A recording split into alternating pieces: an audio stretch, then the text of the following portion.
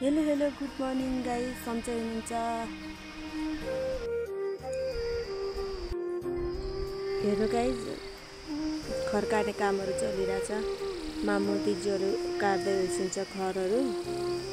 हिजो खर काटेर यस्तो बनाइसक्नुभयो, यतिसम्म काटेर त्यो रुखमा पनि हालिसक्नुभयो। हिजो खर काटेर यस्तै छ। हिजोसम्म त्यहाँ तल पनि धान काटेका थिएनन्, आज धान काटेर भ्याइसके। अनि त्यो घरमा देउसी भैलो पनि खेल्दैछन्। त्यो घरमा हेर्नु त गाईहरू, देउसी भैलो कति रमाइलो है। दसैँ तिहार आउँदा त यति रमाइलो पुरै छोडिदिनु। यता हेर्नुहोस्, केराको बगानहरू छ, सबै हाम्रो बारीहरू हो।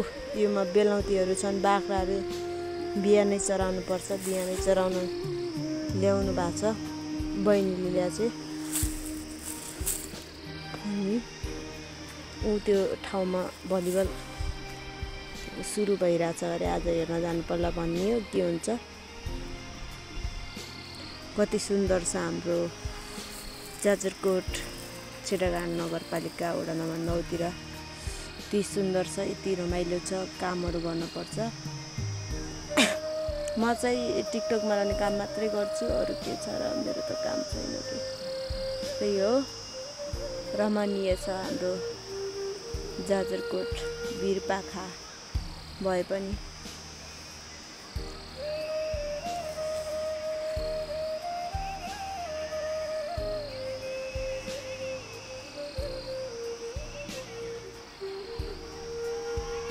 यसरी देउसी भैलो खेल्दैछन्।